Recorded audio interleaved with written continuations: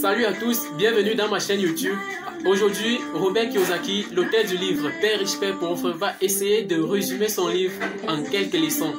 Alors si vous êtes nouveau dans ma chaîne YouTube, n'oubliez pas de liker, partager et cliquer sur la cloche de notification pour vous abonner. A tout de suite, let's go!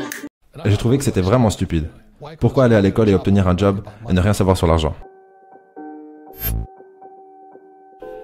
Pour ceux qui ne le savent pas, mon père riche était le père de mon meilleur ami.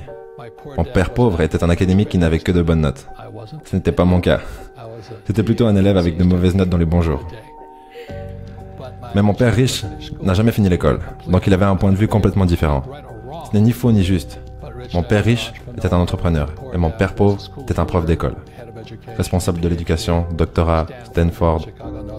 Il avait toutes les références académiques. Donc à l'âge de 9 ans, à Hello Hawaii, mon père a commencé à m'éduquer. Parce que j'ai demandé à mon prof de CMA, « Qu'est-ce qu'on apprend sur l'argent ?» Il a répondu, « Nous n'enseignons pas sur l'argent. » Et j'ai trouvé que c'était vraiment stupide. Pourquoi aller à l'école et obtenir un job et ne rien savoir sur l'argent? Donc avec ça, c'était la leçon numéro 1. Les riches ne travaillent pas pour l'argent. Ma façon d'enseigner, c'est d'abord d'ajouter du doute dans votre cerveau pour changer votre système de croyances. Et ensuite, peut-être, vous allez pouvoir choisir de nouvelles croyances ou continuer avec vos vieilles croyances. Parce que l'éducation financière, c'est au sujet de ne pas travailler pour l'argent. C'est comme l'une des premières questions que j'avais lorsque j'ai finalement compris ce que mon père riche disait.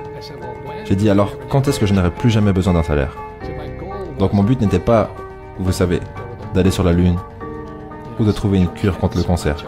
Mon travail c'était, quand est-ce que je n'aurai plus jamais besoin d'un salaire? Parce que tant que vous aurez besoin d'un salaire, que ce soit d'un employeur ou comme mon père pauvre, il était tellement effrayé à l'idée de perdre sa retraite de l'État. Et moi je suis là, mais quelle est cette façon de gérer sa vie? Ta retraite? Mon vieux père s'était plus ou moins fait virer. Il a perdu sa retraite. C'était la chose la plus effrayante au monde pour lui, de ne plus avoir de retraite. Après ça, c'était la sécurité sociale, ce qui est encore pire. Donc, c'est pour ça que mon but, lorsque j'avais votre âge, peut-être un peu plus âgé, aux alentours de 25 ans, j'ai dit, mon but est de ne plus jamais avoir besoin d'un salaire, de la part de qui que ce soit, y compris le gouvernement. Je ne veux pas d'assurance santé ou de sécurité sociale. Je disais, vous faites-le, moi je ne le ferai pas. Juste à cause de ceci, c'était la différence. Parce que je n'ai jamais voulu travailler pour l'argent, pour ensuite avoir besoin d'une retraite. Donc pour le moment, laissez-moi aller à la leçon ici. Donc cela vient du livre Père riche, Père pauvre. Et en voilà quelques distinctions. Donc voilà ce que votre banquier veut voir.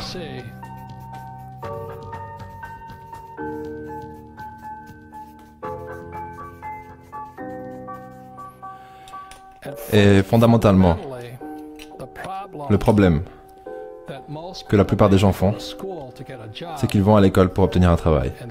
Et ils travaillent ici. Donc ça concerne les pauvres, la classe moyenne et ces gens. Et on en parlera tout à l'heure. Mais votre première ligne dans les dépenses, c'est les taxes. Juste dernièrement, le président Trump a dit qu'il y aura des réductions d'impôts. Il n'y avait pas de réduction d'impôts pour ces gens. Comme vous le savez, les règles sont toujours écrites pour les riches. Je n'ai pas écrit les règles. Vous pouvez être énervé envers moi, mais ce sont les règles. Les riches créent les règles d'or. Celui qui possède l'or crée les règles. Donc les réductions d'impôts allaient pour les gens qui possèdent des avoirs ici. Vous en apprendrez plus un peu plus tard. Mais c'est pour ça que je travaille. Donc je travaille pour, numéro 1, je suis un entrepreneur. Je veux des entreprises. J'ai de multiples entreprises. Et je n'y travaille pas. Comme vous le savez, vu que vous travaillez ici, vous ne me voyez jamais. Parce que je ne travaille pas pour un salaire. Ensuite, il y a l'immobilier. L'immobilier, c'est bien pour plusieurs raisons, à travers lesquelles nous passerons, mais la première raison, c'est les dettes. J'utilise beaucoup de dettes pour acheter mes biens immobiliers. Et je ne paie pas de taxes. Voilà le lien à faire ici. Ensuite, c'est tout ce qui est papier. Et c'est les économies, les actions boursières, les fonds mutuels, les ETF. Je n'ai rien de tout ça. Je n'économise pas d'argent. Je ne joue pas avec ça. Mais c'est ce que la plupart des gens font. Aller à l'école, trouver un job, obtenir un troisième pilier, économiser de l'argent. Loser. Je fais ça juste pour vous énerver. Parce que peut-être vous y réfléchirez. Parce que je n'ai pas créé les règles. Mais ce sont les règles. Ces gens-là payent le plus de taxes. Et c'est ceux qui travaillent le plus. Et en dernier, il y a les commodités. 4 classes d'avoirs différents. Donc les commodités sont, numéro 1, c'est l'or, 2, c'est l'argent, le pétrole, les terres, l'eau, la nourriture. Donc, c'est pour ça que je travaillais. Quand j'ai fini l'école, au lieu d'aller travailler pour un salaire et de travailler pour de l'argent, mon éducation devait aller au-delà d'obtenir un travail. Ce que j'avais un bon travail. Je devais maintenant... En fait, quand j'ai quitté l'école, la chose sur laquelle je me suis concentré en premier, c'était les commodités. En 1972, j'ai commencé à acheter de l'or. C'était illégal pour les Américains de posséder de l'or. Est-ce que vous pouvez imaginer ça? En 1972. Aujourd'hui, vous avez Bitcoin. C'est différent, ok? Tout change tellement rapidement de nos jours. Et ensuite, je suis passé dans l'immobilier. Pourquoi? Parce que je peux utiliser des dettes pour acheter de l'immobilier. Et vu que j'utilise des dettes, je ne paie pas de taxes. Et en troisième, j'ai commencé mon business. Mon premier vrai business. J'ai eu beaucoup de petits business étant jeune.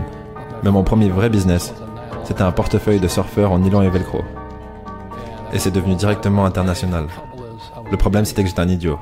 Donc le business est monté et il est redescendu. Ce qui m'a maintenu en vie, c'était ça et ça.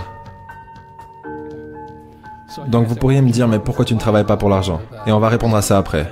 Ce que je ne veux pas, c'est ce qu'on appelle un salaire. Je veux des entrées d'argent.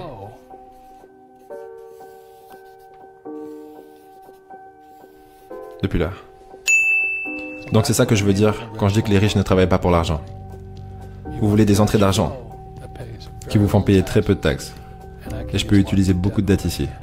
La personne moyenne qui est allée à l'école, sa plus grosse charge, c'est les prêts d'étudiants bien sûr. Mais c'est horrible ce qu'ils vous font de nos jours. Les prêts étudiants sont les pires dettes qui soient, car vous ne pouvez pas vous mettre en faillite. Ensuite, vous allez essayer d'acheter une maison, et vous allez appeler ça un bien, alors qu'en réalité c'est une charge. Pourquoi? Parce que l'argent part de ce côté. Votre maison vous coûte de l'argent tous les mois. Vous louez une maison, ça vous coûte de l'argent. Ok? Ensuite, vous aurez besoin d'avoir une jolie voiture. J'en avais une.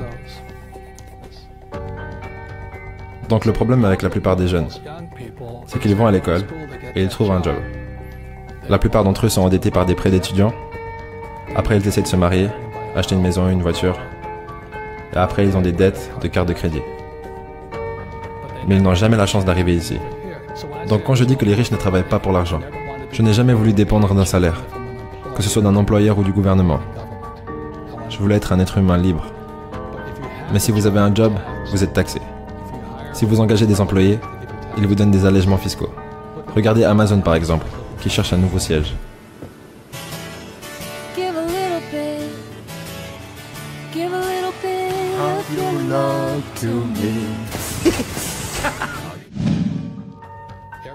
Tous les gouvernements veulent leur donner un siège.